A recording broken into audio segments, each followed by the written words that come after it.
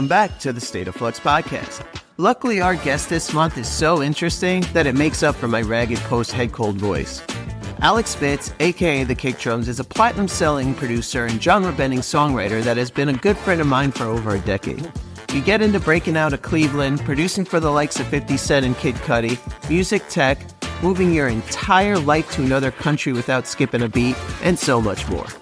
Hopefully Alex's tremendous insight makes up for my janky-ass voice on this one. Let's dive in. Are you ready?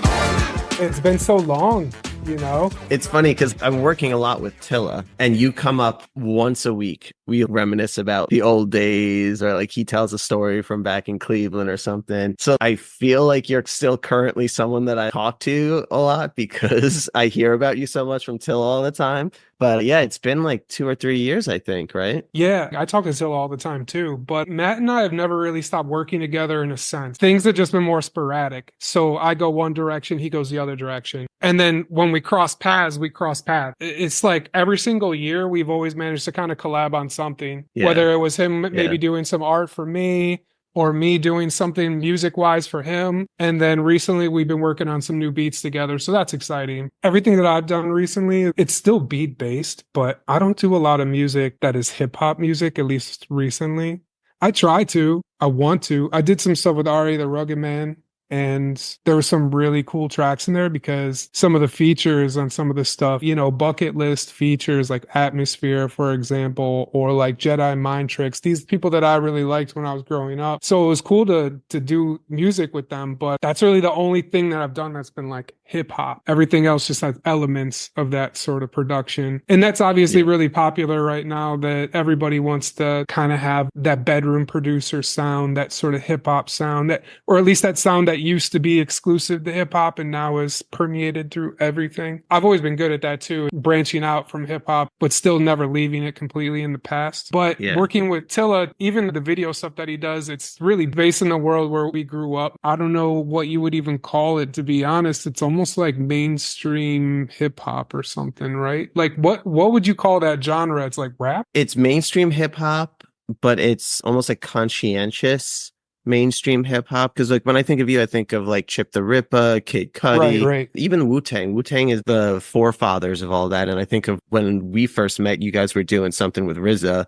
and did some stuff for Wu-Tang. So I think of you guys being a key moment of that time period where hip hop went to this experiment a little bit more and bubbled from that really cool pivot that you guys were at the forefront of. I can see that. I think that's the combination of the two of us, because we definitely come from more of like a conscious hip hop background, but then Tilla's a DJ. So he knows if he goes to a certain club and he's DJing, he can't just put on like conscious records. There's certain records you got to play for certain crowds. And then there's me. I like all types of music. So if you put it in front of me and let me work on it, I tend to turn it into something that's a little bit less commercial, but will have a nice polish to it. So when you put all these things together, it does create a really unique sound. And if you happen to put somebody really famous on it, it's going to attract a lot of attention. It's funny that we're starting here on you and Tilla, because one of the things that I really want to get into is just how you kind of got started and what Cleveland was like when you guys were coming up, how you met Matt, the artist that you were working on when you guys started to really break through. Yeah, I started working on hip hop because I grew up playing music, instruments, whatever. And I was playing in some sort of bands, if you want to call it that, when I was really young, like 7th, 8th grade, freshman year of high school, just playing covers or just messing around and stuff like that. But I ended up moving high schools and I didn't have any of those friends anymore. So I didn't know how to make music by myself. And somebody told me, they're like, oh, you know, you could just make it on your computer. And this was like a long time ago. Now it's obvious, but back then this was kind of new technology. And so I sat down and I started making music on the computer, and it was all just weird electronic music, honestly. Sometimes it sounded hip hop and sometimes it sounded almost like drum and bass, just really weird stuff. But one day one of my friends came up to me and he goes, hey, I heard you kind of make like beats or instrumentals or something. I'm like, no, I don't know, whatever. He's like, well, I've been writing some rhymes. Do you think you can make something for me And I was like, yeah, of course, why not? So we started working on stuff, and he had some other friends that he brought in from the outside, and we ended up forming a group. It was like a 4-guy group where I was the main producer, and we started doing shows in the Cleveland area when we were 17, 18 years old. And Matt grew up in the town over from me, and he was doing the same thing. Him and his roommate at Kent State University made an album EP, like a short album, and I remember hearing it and thinking like, ooh, this is good. Like I really liked it. His production style is very Tilla. It's like very sample based, very MPC, hitting the pads, hip hop, right? Which that's what we really like. I didn't grow up listening to very much mainstream rap music. Like you said, I listened to more Wu-Tang Clan, Outkast, Mobb Deep, and that's what that 4-man group was making. But anyways, I heard that album. I'm like, man, I got to meet this guy. So apparently he had heard some music that I was doing too and felt the same way.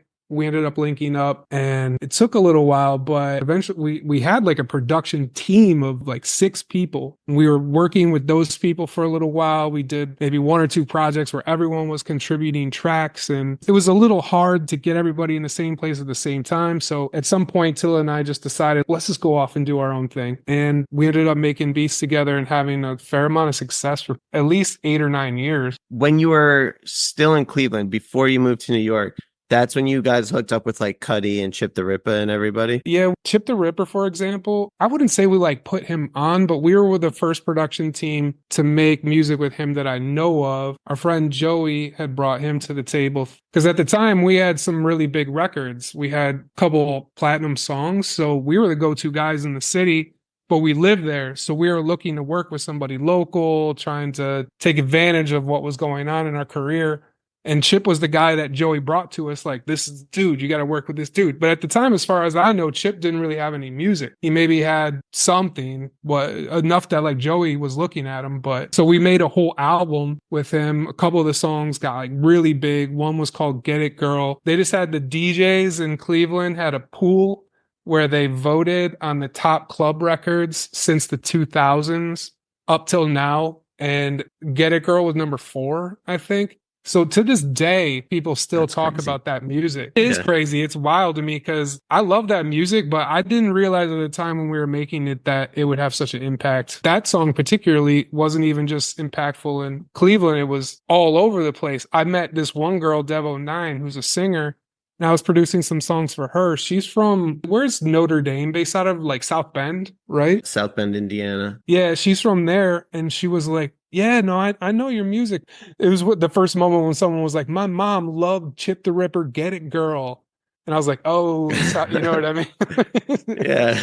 Because this girl was like 21 years old, you know what I mean? But so that song actually was a Midwest phenomenon. And do you remember, and it doesn't have to be like a eureka, like 1 second you were just local, 1 second you felt bigger, but do you remember what it was like when you guys started actually getting more attention for what you're doing, not just in your home city of Cleveland, but it kind of started to feel like what you were doing was a little bit bigger than that? There is one moment in particular. I was engaged and I got married to a girl in Cleveland, and at the wedding, this was all around that time. At the wedding, her whole family was this big Italian family, and I got to know all of them. And her cousin came up to me, and we were just having a random conversation. But her response to something we were talking about was, "Yeah, but you're famous though." And I've never forgotten that. Where I was like, "What are you talking about?" She said it so matter of factly, and so just like, "Yeah, but you're famous though." And I was like, "Oh wait, people actually think that," because I just don't. I just don't think it's just never occurred to me. Even now, and after stuff like that happening so many times and because you know how the internet, everyone's in contact with you, so they send you messages or there's comments and stuff. So I get it, but I still don't. I don't understand it. At what point in your career did you guys then move to New York? When was the breakthrough where you started working with 50 Cent, John Legend, doing all those high profile remixes and everything like that? 50 Cent was actually while we were still in Cleveland. And John Legend, one of the first guys we worked with, Chip the Ripper. Oh, sorry, Ray Cash. He was working on a second album. And the guy who was his A&R at Sony had John Legend, he was down to sing a hook. So we had a beat. I sang a hook on it. And Ray had written a verse. And then John Legend re-recorded the hook that I had written and sang or whatever. The 50 Cent thing actually happened before that. Believe it or not, the 50 Cent song was probably one of the first things that happened. That was the big moment that broke us out because we had some really good moments before that. We were doing a lot of cool remixes. We obviously had the local stuff that was getting a lot of attention, but the 50 Cent thing was like, okay, that sealed the deal. That's when it started really taking off. Yeah, 100%. Because at the time, 50 Cent was one of the biggest artists in the world. He's still such like a big influential guy, but back then he was only a musician. How did you get on 50's radar? That was Tilla. I remember making it just randomly and I knew it was really good. And it got just fit into either a zip file of beats or even back then there were just physical CDs with instrumentals on it. And he gave it to somebody and that person gave it to an engineer. It just passed through some hands until eventually 50 Cent heard it somehow and they recorded to it. And I don't even think they asked for the multi-track. I think they literally just recorded to the beat, put it to mastering, and that was it. Yeah, I mean, that was kind of his style back then. He was one of those first rappers to really break from the mixtape game. And that was just going over the beats. You know what I mean? That wasn't super high production value or anything. It was just finding a sick beat. What was behind the move to New York? The move to New York was, so around that time, around the Kid Cudi, Chip the Ripper time, I started working on some more singing stuff. That's when I really started diving into that. Truth be told, the only person that did support me was Tilla, because we were doing really well as a production team. And everyone was like, why in the world right now would you start singing a completely different genre and try to promote this? Like, this makes no sense. But Tilla was like, nah, this is cool. I like this. And that's why we always made a good team, is neither one of us think really in terms of we have to do something that's going to be successful. I've met a ton of people in the music industry, and a fair amount of them are very focused on being successful. I don't think we've ever done that. We just focus on what we like. So he would send me some ideas. I would send him some ideas, and we started making songs when I was singing. And it took a couple years, but we started getting better at it. At some point, this sort of magical moment, we hit on combining the hip hop sounds with me singing, and my vocals are very sort of English. I don't know why, but they always come off sort of Tom Yorkish or like Blur or something like that, right? And the combination was really cool and it worked really well. And back in the blog era, I put out a couple songs and they just did really well. Everyone was listening to the songs. They're really well received. And I did an album in like a month. Tilla sent me a bunch of ideas. I did a bunch of ideas myself and like, boom, just put together 10 songs in a month. Probably the fastest I've ever done any music in my life. And it took off when we started getting calls from record labels. Universal flew us to New York. A bunch of people were interested in managing us, like all these really cool New York people were like, yo, I want to manage you. So I knew I had to move. I picked up everything and moved to New York, and Tilla followed maybe 6 months later. I don't know. It was cool. I mean, New York still feels like a second home to me. I spent a lot of time there. I don't know. It's weird. I haven't been there in about 7 years and I don't necessarily miss it, but I still feel like the love, like, you know what I mean? I feel like if I came there tomorrow, I would feel like, oh, I didn't even skip a beat. I'm just back in New York. No, I know exactly what you're saying. Like, even on a lesser level of that, you know, from when you lived here and we were tight and we were hanging out all the time. I used to be in the city 5-6 days a week, even though I live on Long Island, because my office was there and I work in the music industry. I was going to, 5 shows a week, 6 shows a week anyway. So I was even coming in when I didn't have to go in the office. But ever since pandemic, I haven't really been going into the city that often. When people are like, oh, let's meet up in the city, no part of me is excited. I'm always like, can we do a phone call? Can we do a Zoom, something like that? But then when I do go in, I'm happy I'm there. And I still have that feeling of, I don't want to take the subway because I want to walk, because I like walking in the city. You know what I mean? I still have that love for it. I'm still super proud of being a New Yorker, but I don't need to be there every day anymore, No.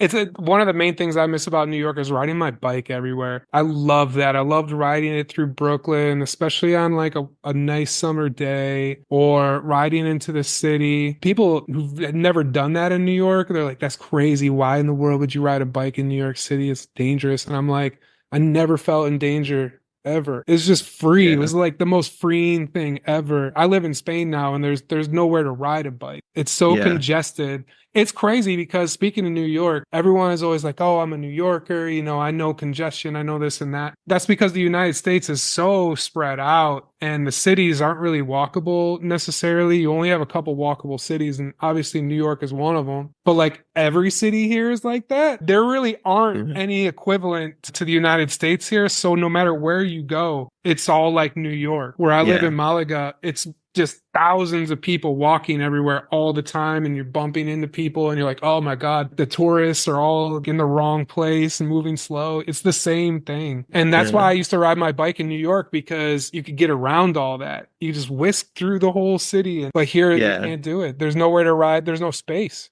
Maybe it's because like the pictures you've sent me have all been like up on a cliffside overlooking the water. I'm picturing you in like a Spanish villa up in the mountains, sipping sangria, eating beautiful food like all day long every day. That's like what I think your life is. And then you just go in and you record a couple of beats, and then you're like, okay, well, that was work for today. And then you're sitting on the back porch taking a siesta. So it sounds like I have a very incorrect view of how your life is right now. I mean, that's actually not that far off. The only difference is like, I don't know how luxurious my life is or anything. I just live in the city. So it's the same as like living in Brooklyn or something, but just the Spanish version of it. I mean, there is a piece of me at this point that I think it would be cool to live a little bit outside, maybe. But I don't know. There's something about I have everything. Whatever I need, I can just walk to it. Or I could I have 5 different grocery stores, just right there. I have a bunch of all the corner stores. They don't call them bodegas here, but it's the same thing. And I'm just not ready to give that up. Even at my age, I'm just like, I can't do it. Can't live the life where you have to get in your car and go to the grocery store. I just don't want to do it. And while we're talking about you living in Spain, every time I tell somebody, oh, my friend Alex picked up and moved to Spain, they're all like, I want to do exactly that. So I want you to tell the story of. Yeah, so I came here in 2018.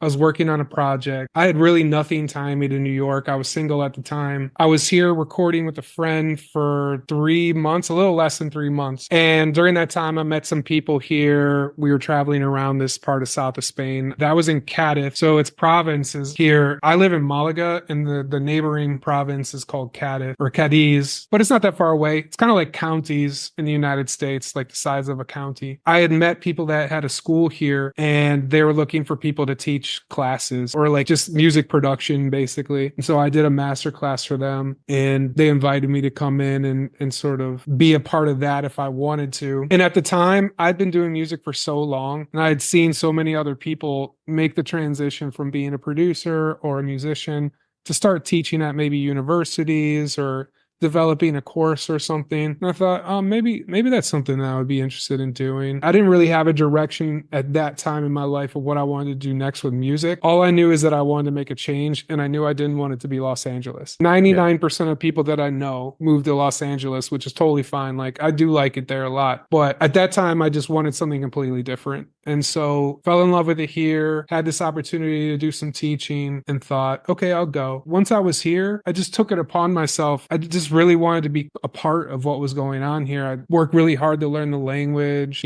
started dating, made friends. It just slowly but surely developed. And I was learning, like, everything here when you first get here is a little bit different. It's all the same, but it's just a little bit different. So you almost do have to relearn a lot of things, just dumb things. Like even their front doors here don't work like our front doors work. The grocery stores are set up differently. You can't go into the grocery store and just buy the things you want to buy. You have to reestablish, say like cooking or whatever, your recipes, because the same ingredients aren't here. Everything's a little bit different. So after a year or so, I just became really comfortable, and I haven't really thought about going back since. And then with all the political turmoil and everything that happens in the United States, I was really happy to sort of be away from that. I was there for 2015, 2016, and it was just like not a good feeling. And now it's just home. Now I don't even really think twice about it. I'm going back to Ohio to visit my family in September, and that's cool, but I don't really go back that often. Everything is so remote now, and you're able to collab with all types of people. You don't have to be in the studio.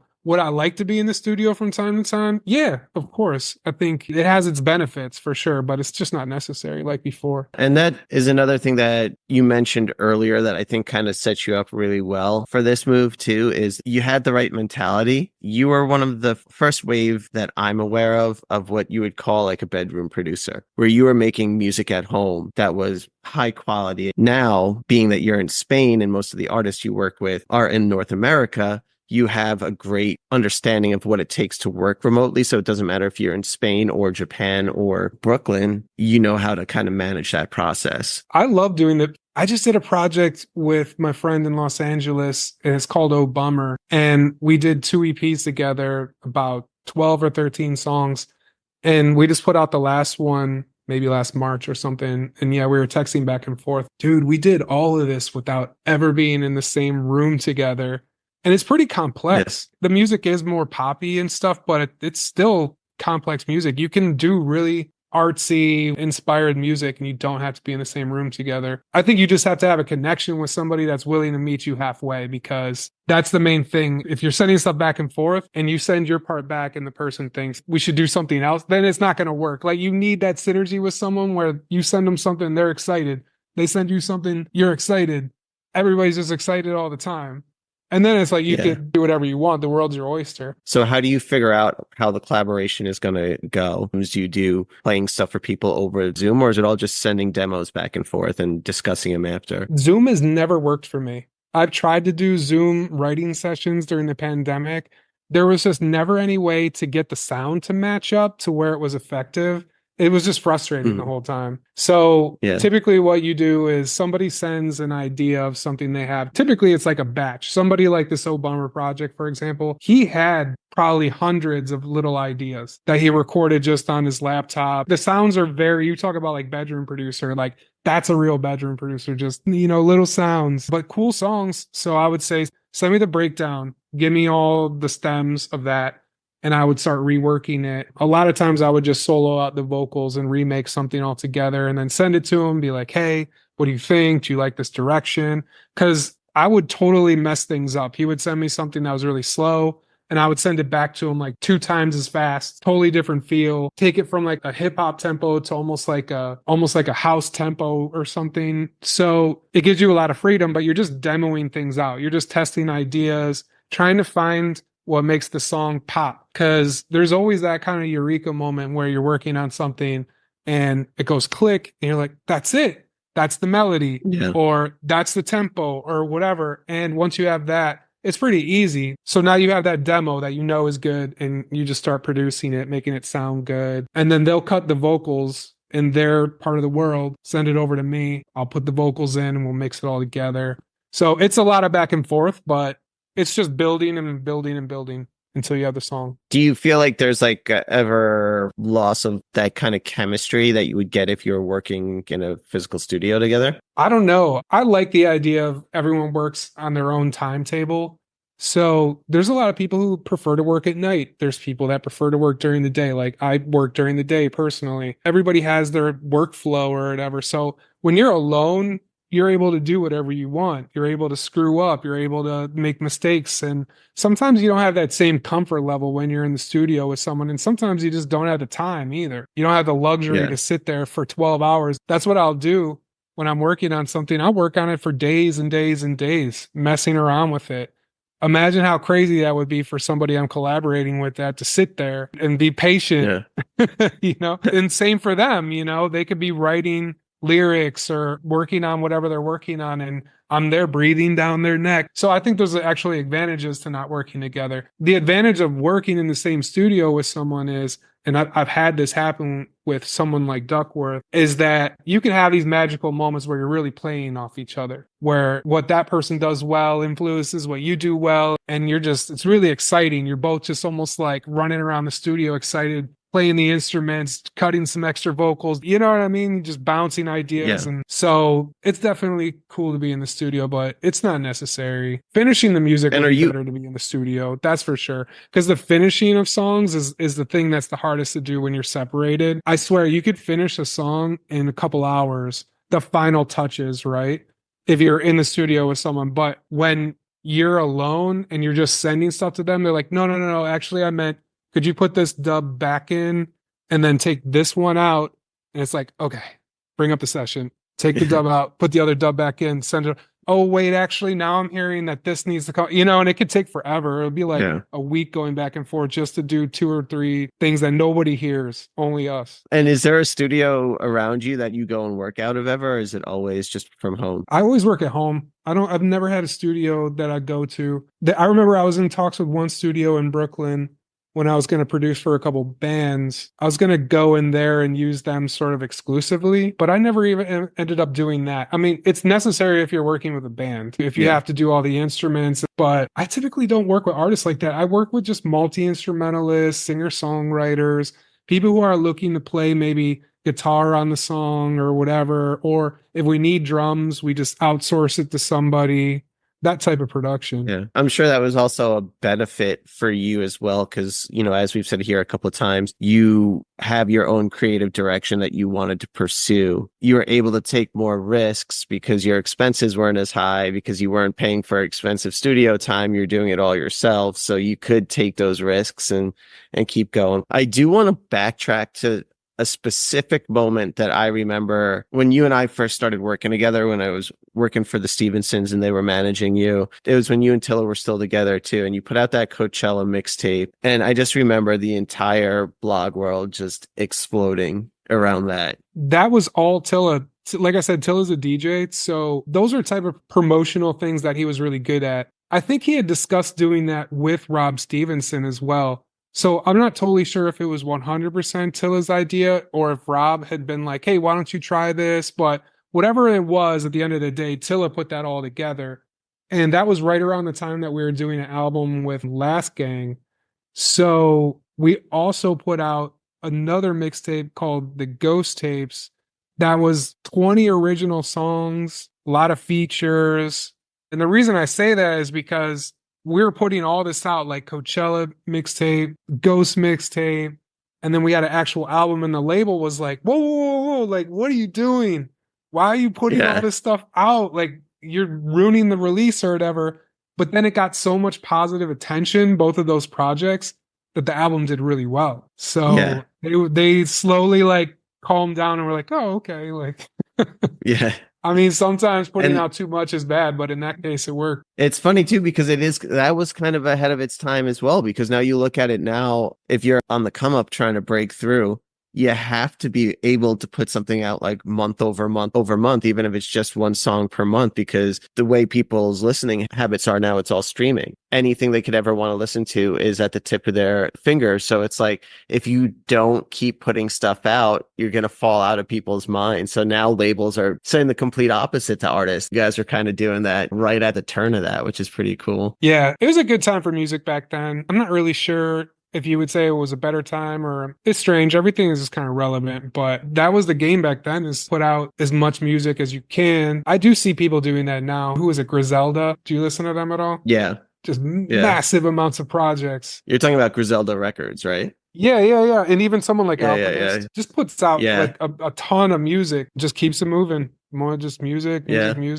That's how you got to do it. You really got to know yourself. And that's always going to be the hardest thing about music, is who am I as an artist? If you identify as an artist that only puts things out one album a year, and then you spend the rest of the year on the road, or you spend the rest of the year promoting that music, and you got to be true to that and figure out how to make it work for you. But it's super competitive now. So many people are making music, and I don't know. I think I definitely fall more into the range of, I like to do a lot of things. I like to do collaborations. I like to do original music. I like to do different genres. And so I'm just always going to be releasing music. You had the record on Last Gang, then you put out a follow-up on Hopeless a few years later. And then after the Hopeless release, you took your career kind of back into your own hands and you started releasing more independent. So what was that process like? Was it freeing for you? Yeah, it's freeing in a way, but you need a team. You need people to support you. So when you and I were working together on that basically was the label. You guys were supporting, Teresa was supporting, Tilla was still around in that point in time, even though we weren't really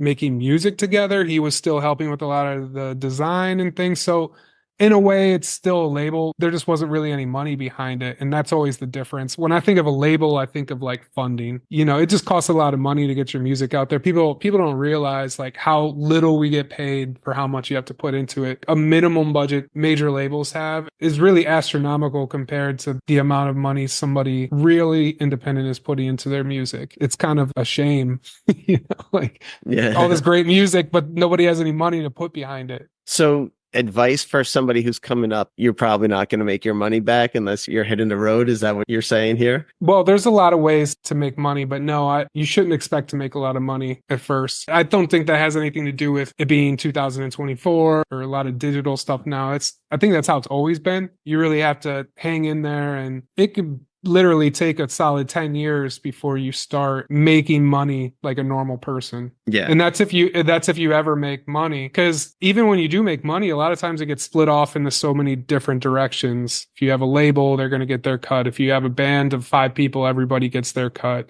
You have a manager, they have their cut, lawyers, everything. So I wouldn't suggest going into being a musician to make money. I would say go into being a musician because it's something that makes you happy. You have to really deal with a lot of politics. And so what's left? Just your passion for it.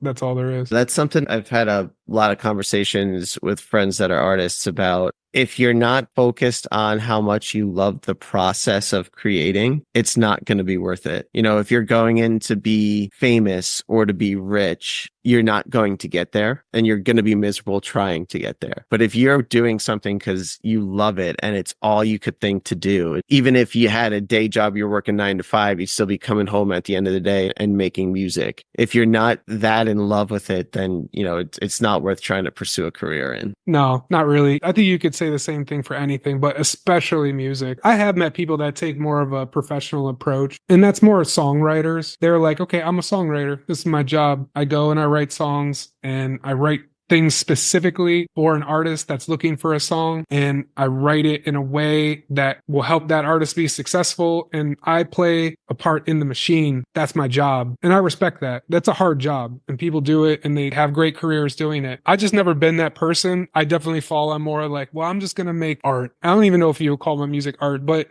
I do, just because it's me being creative and expressing myself. And I have no expectations that anyone's going to like it. Yeah. I release it in the hope and a prayer that people will listen and will be received well, because I just don't think about that stuff. And like you said, with the process, I love the process. That's my favorite thing. Once the song's done, a lot of times I really struggle with finished songs. I listen to them, and one day I'll really like them. The next day I won't. And I never really know if I like stuff a lot of times. But the process, I love the process. There's another old quote that I love. I had always thought it was a Tom York quote, but I think it's actually like goes back to Leonardo da Vinci or something. And I just heard it from Tom York, so I always just accredited it to him. The process of making art belongs to the artist. Once the project is done, it belongs to the world. So once it's out there, it doesn't matter. It's not yours anymore. It's everyone's. So you can't really judge it, because when you're looking at it at the end of the day, you're so intimately aware of it that you're always going to hear something that you wish was different, or that you could have been better, or maybe hear like something that's even the slightest bit off. No one notices that this is off but me. But I notice, and it's going to bug the shit out of me every time I listen to this song for the rest of my life. Do you think any of that has to do with imposter syndrome or anything? Man, I've just always been so disconnected in so many ways that I don't feel a part of any specific thing. So I wouldn't say that I have imposter syndrome necessarily, because I just don't feel like I'm trying to be anything. I wish I was. Yeah. Sometimes it's hard to market the music that I do because I don't even know what I'm doing. The first question people ask you is, well, how would you describe yourself as an artist? And I'm like, I really don't know. To this day, I have no idea. But I do love the process. Once you release a song, there's so many opinions, and people will listen to it for like 30 seconds and just never listen to it again. Or people will listen to it 100 times, and you're just curious why somebody would even listen to it 100, 1,000 times, why they like it so much. It's just all so confusing. But when you're in the process, it's a lot of fun. It's like solving a puzzle, you know? Oh, this vocal is cool, but I think it could be cooler. Let me rework that. You're just retouching things. You're making structures different. It's really fun. But like you said, once it's out there in the world, it stops making sense again. Yeah. There's no more breakthroughs, no more puzzle pieces that you could put together and No. make it fun again. So that's the artist side of it. Mhm. But if somebody is looking to make a career as a producer now, what advice would you give them? I always say start locally because that's what we did. I had a group in high school. Tilla had a group when he was in college with his roommate. We were all making records and we were releasing them. That's how we got to know each other. Basically, how everyone sort of connected together. The DJs that we worked with in Cleveland, the artists, we all just worked together and we made really good music to the point where it started getting noticed outside of our little local city. I mean, there's always, you could email people and you could hit people up on DMs and stuff like that. I don't know if that's necessarily the route to go. Like, I would still work locally or move to Los Angeles, move to New York at some point if you can. You just have so much more access to potential opportunities. It's a lot of luck that's involved with it too, unfortunately. But if you make good music, it's going to get noticed eventually. And now more so than ever because the algorithm is so tuned into what people are listening to. As long as you're consistent and you make some really cool music, just keep releasing stuff. It's very possible that the algorithm will just grab it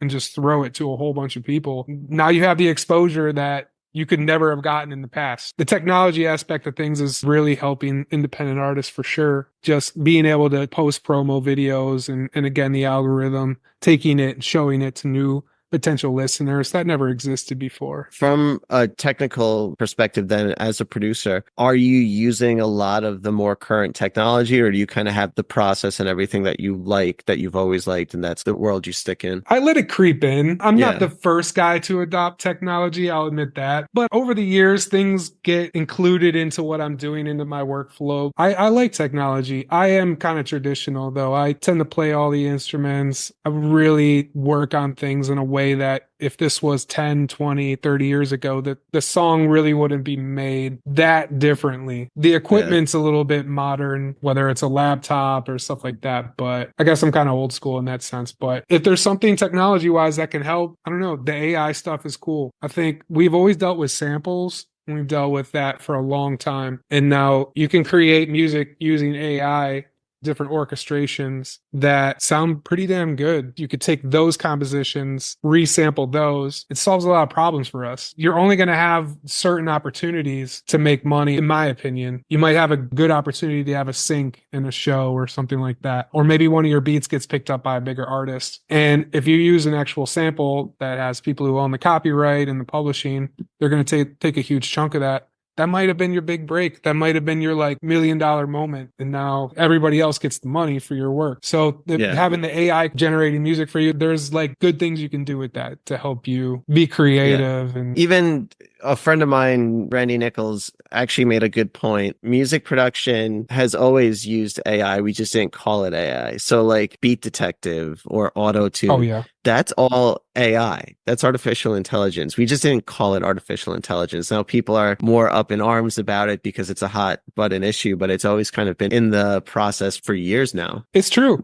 Yeah. And every time a new tool comes out, everybody sort of gets up in arms about it. Like, oh, and then it becomes normal and everybody just starts incorporating it into their workflow. And then the new thing comes out and everyone's angry at that.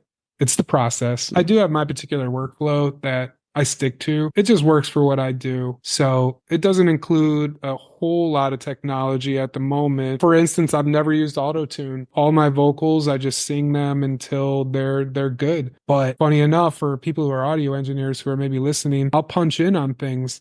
There was a point in time where even being able to punch in on things like vocals or guitar takes or whatever was seen as bad. That was ruining the music industry. There was even the first technology that people got crazy about that was ruining music was the click track. People thought when people started playing music to a click that you were ruining the performance.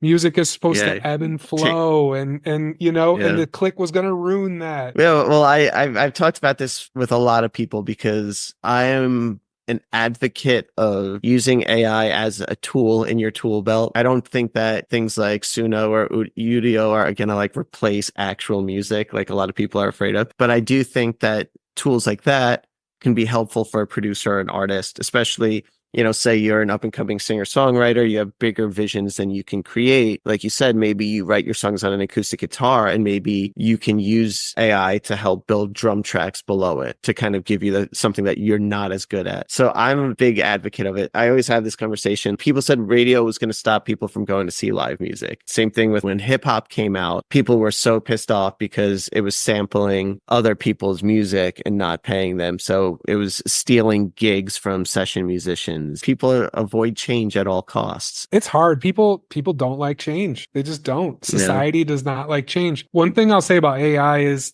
that I would use it for that I think would be cool is just finding ideas. The hardest thing about music, and even like a puzzle, if you want to call it that, is getting it started. Sometimes you don't have an idea. So like you said, if you're a singer-songwriter and you're just having writer's block or whatever, maybe using an AI generator will create something that's like, wait a second, okay, that's cool. I like that little note there. And it just gives you a starting point. That's all you really need sometimes. And now you're off and you're being creative, and now you've opened up the creativity again. So stuff like that is really cool. But as far as music being replaced by AI, it's not going to replace music. People have come up to me and they're like, "Are you worried about your job?" And I'm like, "I've been worried about my job way before Never AI stopped worried about. Yeah, that's part of being an artist or a creative is worrying about your job. Worried about my job every day. So just is what it is. I think it comes down to budgets. And whenever there's absorbent budgets for things, somebody's going to come in and provide a way for you to make something cheaply. That's essentially what happened with technology in this case is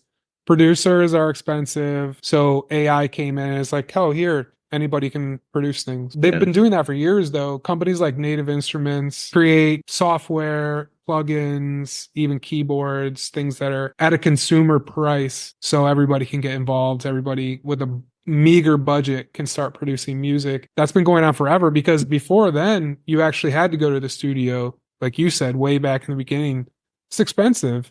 The average person can't afford to do it. AI is just another piece of that puzzle, if you ask me. It's just providing another low-cost option for people.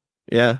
It levels the playing field. For every opportunity it takes away from creators in that particular field, it opens other doors for them. So it's just a matter if you want to go and find them. AI art, for example, is the same thing. You can go and you can generate some like cheap art, make covers or whatever. If you need a poster for your show, whatever, you could do that because obviously it's better if you have an artist. But I've had conversations with artists where I was really excited, like, yeah, man, it would be so cool if I could do a rollout with this artist. You get the budget back and they're looking for $5,000 for a cover and a couple social media things. And it's like, yeah, okay, charge your money, get your bag, do your thing, but I need a cheaper option. Yeah.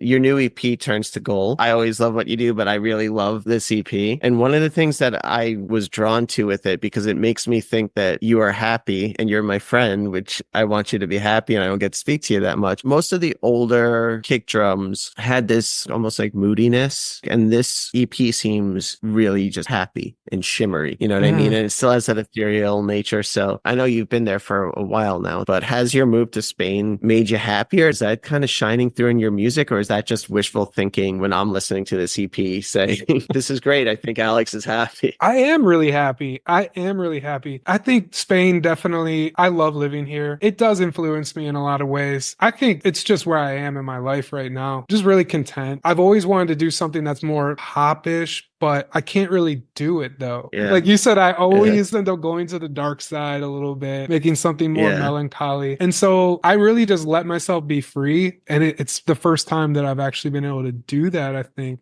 Sometimes I've made some more poppy music just by accident, but this time was more so just let it go. Just do it. Don't be scared. There's a lot of fear there as an artist as well, doing something that could be perceived as too happy, too pop. So I was kind of terrified. There's a couple songs on that EP. One's called Brand New. I was just like, this is so pop, what if people hate this? And this EP is going to just continue rolling out. It's going to turn into an album that's coming out October 4th. The next song I'm putting out is so poppy, but I really love it because it really tells the story about how I feel right now, about how I am as a songwriter, about how I view music and what I'm trying to do as a musician. Feels like new territory. And that's exciting. It's fun. It's scary. Again, like what if people don't like it? But I like it though. Yeah, it's funny. I was thinking about this the other day about how as a creator, it's easier to talk about how you're sad. It's easier to be melancholy because when you put yourself out there in a positive light, it's a different kind of vulnerability to show happiness or to show positivity. It's like, oh, this person's faking it. They're just trying to get on the radio or get a million streams or get a bunch of likes on their Instagram posts. You know, it's a different kind of vulnerability. And for some reason, when you're trying to do something in that world, it feels like you think people are going to think you're corny for doing it. 100%. You know? And it's interesting it's better to be dark that. And mysterious, to be the cool guy who is just like, oh, he never smiles. You know, that's the cool factor. So once you take that away, you feel super naked. And how has the response been so far? I would say it's way better than expected. A lot of the methods that I use for trying to get playlists seen and stuff like that, the feedback has been overwhelmingly positive, which I wasn't expecting. Maybe on a few of the songs, but it's been about 100% positive from people. No one has anything bad to say. The most people have to say is, oh, you know, this isn't something that I would typically listen to, which that's fine. I'm really happy with the response. I do think that the amount of time and effort and just passion that I put into it shows through at the end of the day. Even if, again, if somebody is like, this isn't something that I would typically listen to, it's just a little too poppy for me. I respect that. But they're like, it's good though. No, I told you, man, I have Good Up Here and a lot of playlists of my own, and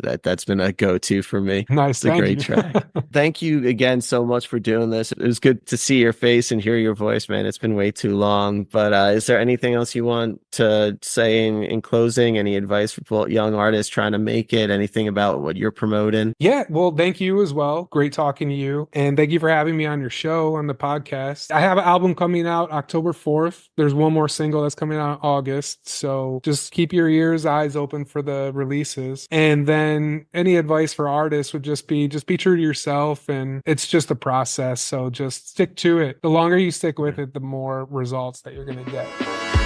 Are you ready? No, we're not.